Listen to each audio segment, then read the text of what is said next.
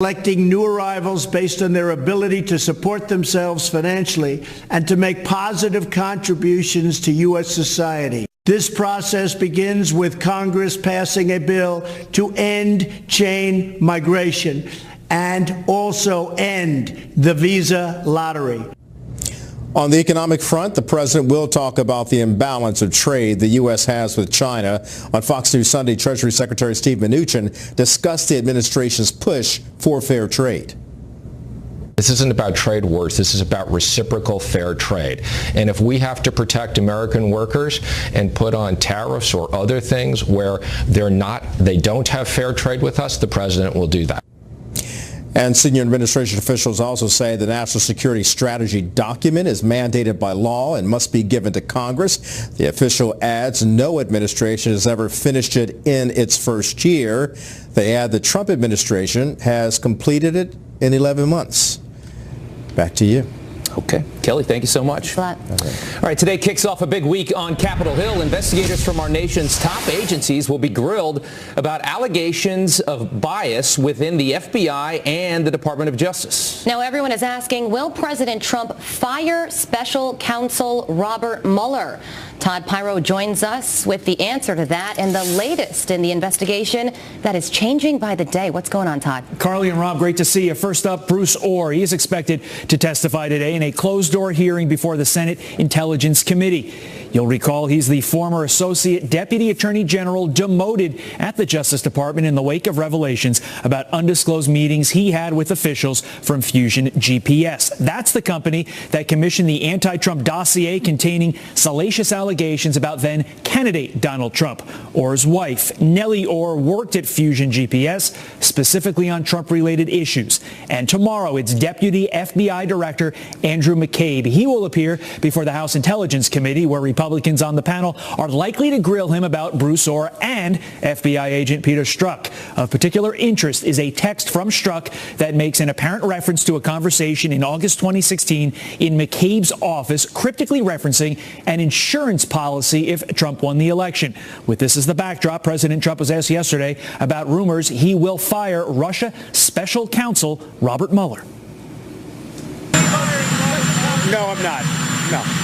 But there's still the slew of Trump transition team emails obtained by Mueller as part of the probe, which Trump team lawyers say were obtained illegally.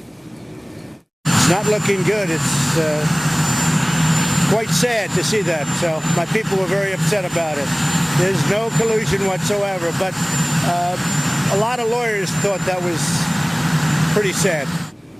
Mueller's team defended their possession of the emails, saying they were legally obtained in the course of an ongoing criminal investigation. Robin, Carly, back to you. Okay, Todd, thank you so much. All right, Debbie Wasserman Schultz also set to face tough questions on Capitol Hill today. CNN reports the Florida Congresswoman will be interviewed by the House Intelligence Committee as part of its Russia probe. Wasserman Schultz resigned as DNC chair last July after leaked emails revealed that party officials were favoring Hillary Clinton to be the nominee instead of Bernie Sanders. She has also denied knowing about an arrangement for the DNC to help to fund the anti-Trump Russia dossier. The worldwide effort to nullify President Trump's historic Jerusalem decision is intensifying today. The United Nations Security Council is expected to vote on a measure from Egypt that would void the declaration of the ancient city as the capital of Israel. But the U.S. is expected to veto that. If that happens, the proposal may go to the UN General Assembly at that point. The vote comes after President Trump announced plans to move the U.S. Embassy from Tel Aviv to Jerusalem. A U.S. soldier killed in an ambush by Islamic State fighters fought until the very end and died in a hail of gunfire. Two senior defense officials tell Fox News Sergeant LaDavid Johnson was not executed or captured in the attack in Niger, as previous reports suggested. A military investigation found the 25-year-old was shot nearly 18 times. 3 other American soldiers, including two Green Berets, died in that attack. A fallen hero remembered as loved ones line the streets to say goodbye to San Diego firefighter Corey Iverson, who died battling that historic Thomas wildfire. The procession of first responders covering nearly 200 miles through Ventura and Orange counties. Iverson has been with the department since 2009 and leaves behind a 2-year-old daughter and a pregnant wife. A GoFundMe page for his family has already raised more than $400,000. The massive Thomas fire has scorched more than 400 square miles and is about 45% contained. Yikes. Huge fire. All right, just days after allegations of workplace misconduct, the embattled owner of the Carolina Panthers is selling his team. In a statement issued on Sunday, he said, quote, "I believe that it is time to turn the franchise over to new ownership. Therefore, I will put the team up for sale at the conclusion of this NFL season."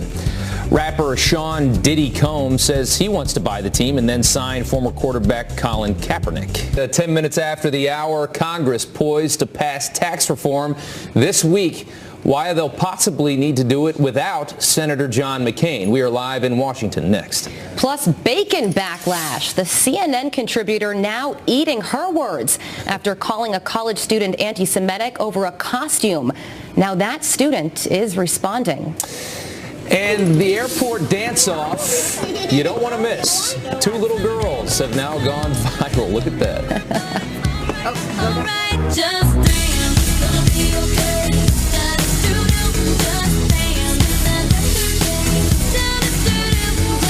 Starting today on Capitol Hill as Republicans unite behind their tax reform bill to deliver it to the American people in time for Christmas. Yeah, Griff Jenkins is live in Washington this morning. Griff, it's starting to look like it's going to be a real thing. Where does it stand right now? Well, you know, Robin Carly, good morning. Critics said it couldn't be done, but the president is poised to prove them wrong in a major way this week. He predicted over the weekend on Twitter that he was going to deliver on that campaign promise of historic tax reform and says it's just days away. This is Republican leaders say they are confident they have the votes in this razor-thin majority, despite news that Senator McCain has returned to Arizona and will miss the vote. The president says he spoke with Mrs. McCain, and if needed, the senator would return. I did speak to Cindy McCain, and I wish her well. I wish John well. They've headed back, but I understand he'll come if we ever needed his vote, which hopefully we won't. Meanwhile, Treasury Secretary Mnuchin took to the Sunday shows touting the benefits this brings the middle class and the simplification of the system. Over 90% of Americans are going to fill out taxes on that postcard or a virtual electronic postcard. This is about simplifying taxes and simplifying the business system. So there will always be people who complain that are losing tax breaks, but this is about making it simple for the American public. But they're going to have to do it without a single Democrat. Senator Bernie Sanders says this is just a tax cut for the wealthy. At the end of the day, what you had is people like Mr. Mnuchin, who himself is worth $300 or $400 million, the President of the United States, who is worth several billion dollars. What we are seeing here is a real massive attack on the middle class. So here's where we are. The voting could begin as early as tomorrow. The goal for the president's signature by Friday, guys. All right, Griff Jenkins, live in Washington, D.C. Thanks, Griff. Now, Democrats waging war against the Republican tax reform plan since day one. That's right. Fox News contributor Kevin Jackson says this was never about the actual proposal. It is about Trump winning the White House. 2 words, we won. You know, they passed Obamacare. Most of the nation hated it. You've seen the outcome. At least with Trump, you've got 1 year under your belt. And consumer confidence through the roof, unemployment at an all-time low. I mean, what can you look at and go, this guy doesn't make it happen? So when he proposes something, at the very least, you can say, I've got a year of success. Contrast that with Obama's first year, where he had lost 4 million jobs, unemployment through the roof, and on. Why would you follow that logic? So Trump has a proven track record, and believe me, those Rust Belt Democrats and all the people that supported him, they understand. Well, Democrats say they are voting no to this because it adds more than $1 trillion to the deficit and that too much of the cuts go to the wealthy instead of to the middle class. But the Trump administration maintains that families, most all families, will start seeing bigger paychecks come February. All right, Doug Jones is not in Washington yet, but the new Alabama Senate-elect says he's already ready to reach across the aisle. I'm going to be a Doug Jones Democrat for sure. I'm going to be looking at issues on both sides. I'm going to do what I believe is in the best interest of both the country and my state. Everybody thinks because you're a member of one party or another, you're going to vote a certain way. Don't expect me to vote solidly for Republicans or Democrats. Jones also says the country needs to move on from sexual harassment allegations against President Trump. Jones was declared winner of last week's race against Republican Roy Moore, who still has not conceded. A CNN contributor slammed for going out of bounds. Hillary Rosen wrongfully berating a Georgetown student because of the outfit that he was wearing. She tweeted, "Look at that guy. Look at the guy in the bacon suit. This is a Georgetown Hoyas fan's anti-Semitic smear to the Syracuse team." The student himself responding on Twitter writing, "Hey, it's bacon, man. It's actually Mr. Bacon, pronounced bacon." I don't know what that means, but it's just a fun costume. He's basically saying it's just a joke. It's a fun costume. Rosen writing back, "Awesome," pretending she's happy about this. "You found me. Thanks for telling me. I'm new to this school rivalry and got some bad info. I apologize," and took my tweet down. Okay, brilliant so move. Bacon should never be controversial for the record. It's not. Two key players set to testify on Capitol Hill this week amid bias claims within the Mueller probe. So who are they and what are their roles in all of this? Former CIA officer Buck Sexton here to break it all down next. Plus, liberal Hollywood taking aim at Congressman Darrell Issa, how the Republican representative is now firing back. That kind of looks just ain't for us. We crave a different kind of buzz. Let me be your DOJ and FBI officials are preparing to be grilled by lawmakers on potential bias within Bob Mueller's Russia investigation, with some now saying that this, whatever this is, could be worse than Watergate.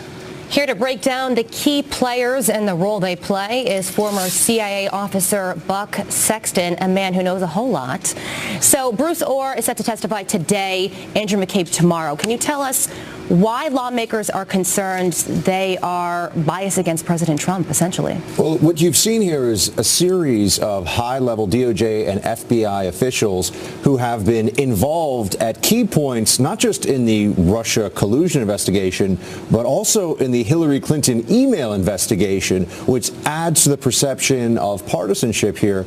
And when you're talking about specifically Bruce Ohr, who's going to be testifying this week, this is somebody who met with Fusion GPS. The Fusion GPS so-called dossier may have been the basis for the entire counterintelligence investigation that led to the Russia collusion investigation. So in a sense, you have someone here who may have been around and involved in the very origins of all this Russia conspiracy mongering, and also, by the way, has a wife who was working for Fusion GPS. At some point, the coincidences pile up too high. Yeah, and then we go to McCabe now, the FBI deputy director now, who was running the FBI for a short period of time. He was the interim at one point. And the conflict there is that his wife had gotten money. She's a state senator in, I believe, Virginia, and she had gotten money from some Hillary Clinton cronies and a pretty sizable amount of money as well. And this is the guy running the FBI. Right. You have somebody who is acting FBI director whose wife has close ties to the DNC, to Terry McAuliffe, is running as a Democrat politician, and also is mentioned specifically, we believe, it's by first name, but it would make sense, in the text messages from Peter Strzok, who has referred to President Trump as loathsome. That in and of itself is in poor taste, but isn't necessarily problematic from a bias perspective. But when you look at the possibility of these former, or these FBI and DOJ, not former yet, officials saying that they wish there was an insurance policy in the case of Peter Strzok, that's where Andy McCabe, or Andrew McCabe's name, is a problem coming up in the investigation, as well as a whole bunch of other possible ties to the Clintons. Yeah, that's right. And there's that, I think there it is right there. There's that text message talking about that insurance policy, and it sounds like this conversation happened in McCabe's office. Yes. They're talking about Andy, and this is the guy running the FBI. I think when you read that text, a fair-minded person would have to come away from it and say, hold on a second, what else could they be referring to? It's overwhelmingly likely they're talking about Andrew McCabe. So this isn't just people at the FBI. It's really important for everyone to understand that. These are people at the top level who could have very directly influenced the highest level of resource allocation and decisions made specifically about the Hillary Clinton email investigation and and the Russia collusion probe that has been ongoing. So this is all very concerning stuff. And that's not all. There are also other key players that come into this whole entire situation. Andrew Weissman being one of them. He praised Sally Yates, which could be deemed as some sort of bias against Trump as well. Explain that. Well, again, everything that we're looking at with these high-level officials, including Sally Yates, has to be viewed through the context of there were some very political decisions made, from the tarmac meeting with Loretta Lynch and Bill Clinton, to the Hillary Clinton no charges, to then the opening of the Russia collusion investigation, to the Flynn leaks. There's been all of these very politicized actions. And now we're seeing, and that's what's come out in the last week or so, that very senior level people already have a clear pro-Clinton, anti-Trump bias. And so in the case of Sally Yates, again, it's not that there's something that's inherently wrong in someone praising Yates. Weissman, who's a very senior DOJ guy, but what Yates did was grandstanding, and she shouldn't have been doing it. And it shows a leftist, anti-Trump, pro-Clinton, pro-Democrat bias, and so it just adds to the perception that this thing is rotten from the top down. And Yates was refusing to impose the travel ban, and that's why she was praised by Weissman. That's where it came from. And yeah, this all, I mean, you look at all this, the obsession with the Russia collusion investigation within the media and by Democrats, and all of a sudden we see just a few people at the FBI could have been, you know, working against this election to try and fix this election. I mean, it's incredible to see. This is a critical point, by the way. People talk about Trump's war with the intelligence community, which I used to be a member of. They will say that he's now at war with the FBI. That's a smear. It's not true. A vast majority, 99% of people, either the intel community or the FBI, are just doing the jobs they're supposed to do, which is national security, law enforcement, but a very high-level cabal, if you will, of bitter, formerly pro-Clinton or still pro-Clinton people at that level could turn an entire investigation, and that's what people are concerned about. It's a big deal. Yeah, Buck, thank you so much for coming on this morning. Great to see you guys. Thank you. All right, 27 minutes after the hour, President Trump and Republicans about to pass major tax reform, it appears, without any help from Democrats. Is that a bad gamble by the left? We debate next. And the message LeBron James is sending on the court with his shoes. Check that out. We'll explain coming up right after this. Welcome back. Republicans now eyeing the finish line on tax reform, but Democrats not backing down just yet. Tax reform bill is a disaster. It helps the wealthiest, most powerful corporations and individuals, and it hurts the middle class. But is this strategy a major miscalculation by the left? That's what we're talking about today. Joining me now to debate this is the executive director of the PAC, America Rising, Alexandra Smith, and Democratic strategist Chuck Rocha. Guys, thanks so much for coming on this morning. Alex, we're going to start with you. You've got this essential plan. We've all seen the bullet points of what this tax reform plan is many times, and now it's being blended together. You have two completely different sides on this. You have the Republicans saying this is the greatest thing ever, and Democrats saying this is a full-on assault on the middle class. How can you get two completely different stories from the same plan? Well, of course, we have politics at play here once again. I mean, I think you can look no further to some of the Democratic rhetoric on this to see what their objective is. I think Senator Schumer called this a gift behind closed doors. Nancy Pelosi said that this was their roadmap to take back the House. And so I think that they're really aiming to ramp up the rhetoric on this just to achieve a single goal, which is to try to tank the GOP in 2018. Meanwhile, this tax plan is going to help millions of Americans. Whether you look at the increased standard deduction, both for individuals and for married couples, or the expanded child care tax credit, this is going to put money back into the wallets of the American people. So I think for the Democrats to be playing games like this is really going to hurt them in 2018. Yeah, Chuck. Well, I mean, I think Chuck, you would argue that both sides use rhetoric all the time. But let's get down to the meat of the actual issues here. You know, the Democrats are trying to pose this as though it's going to be a tax cut for the corporations and the wealthy on the backs of the middle class. But it does appear that everybody gets a tax cut. Is the reality here that just the middle class is not getting as much of a cut as Democrats think they should be getting, and Democrats think that the big guys are getting too much of a cut? Rob, let me be clear. I'm a political consultant. Rhetoric is my business. Chaos is good for me and my work, but let me be clear about this bill. Sorry. It's not really the Democrat or the Republicans. It's the people who think this is unpopular. And out there right now, this bill is the most unpopular tax bill in the history of our country. Sure, you're going to have people on my side saying you're not giving the poor guys anything. Everybody on the Republican side saying if you give all the rich guys a tax break, it'll trickle down. I'm in Miami today. Yesterday I was out fishing, and my fishing guide, unpromoted to me, said, Chuck, what's going on in Washington, and why they want to give all our money to the richest guys on Wall Street? I was like, I'm winning. This is good. Well, I do think there's a point that the media is against it, and it also has Trump's name on it, which could be why it's very unpopular right now. Let's go to topic 2, though, real quick. I want to talk about 2018, and Chuck, we'll go back to you really fast. NBC saying that the Democrats have the biggest edge in decades in the midterms coming up here. What do you say? Look, I'm not going to pound my chest because we're doing good. It's just a fact that no matter what president is in office, the opposite party always wins seats in the off year. But I think this is going to be a special year. I've been doing campaigns for 27 years, and I've never seen the groundswell of activism among the base of our party. So if those normal voters who vote in a presidential year come back and vote in an off year, it's going to be a big year for the Democrats. Alex, we were just talking about this during the commercial break. This is a pendulum. It swung to the right last year, and you're saying it'll swing back. Well, I mean, when you look at just how many candidates are running on the Democratic side, that's going to be a huge problem from them because their recruitment strategy, unlike a big year for them like 2006, isn't coming from the top down, it's coming from the bottom up. So you have all of these groups who are contributing candidates, and when all of these candidates are in the field and they're tearing voters apart over issues like impeachment and single-payer health care, I think what we're really going to see is that money's going to be spent early, money that can't be then spent in the general election. I think giving Republicans a little bit of an advantage. All right. Well, we shall see. It was an NBC poll, and we all know how much we can trust polls after 2016, don't we, guys? Thank you so much for coming, for joining us this morning. We appreciate it, guys. Thank you so much. Carly, over to you. Thanks, Rob. Putting America first. President Trump promising to build up our military in the face of terror. The commander-in-chief set to lay out his national security strategy today. Senior administration officials say he will lay out 4 pillars: protecting the homeland, promoting American prosperity, preserving peace through strength, and advancing American influence abroad. The president also urging Congress to stop playing politics with troops. Hudson Institute senior fellow Rebecca Heinrich is supporting his America First mentality.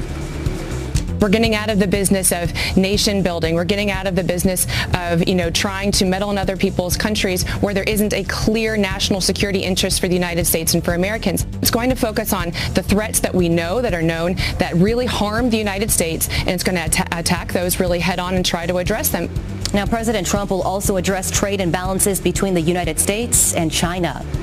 A brand new bombshell report reveals just how far the Obama administration was willing to go to ensure the 2015 Iran nuclear deal would stay on track. According to Politico, the administration gave the Iranian-backed militant group Hezbollah a free pass on drug trafficking operations, some unfolding right here in the United States.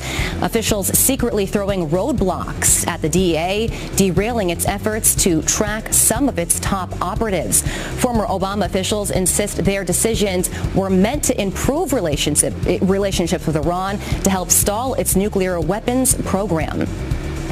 And hundreds of people attending a funeral of a Vietnam veteran and Purple Heart recipient who they never even met. The Indiana Funeral Home couldn't find any of 68-year-old Glenn Shelton's family members, so they reached out on Facebook, inviting people to come pay their respects to the Marine. I know he's looking down on us and just smiling because his family's here. His family is truly here. And listen to this. So many people showed up. The ceremony had to be held in a bigger venue where it was still standing room only. Now, I know it is cold here in New York City, but for a more complete look at weather, Janice Dean, what you got? Are you ready for a warm-up? Really? Yes.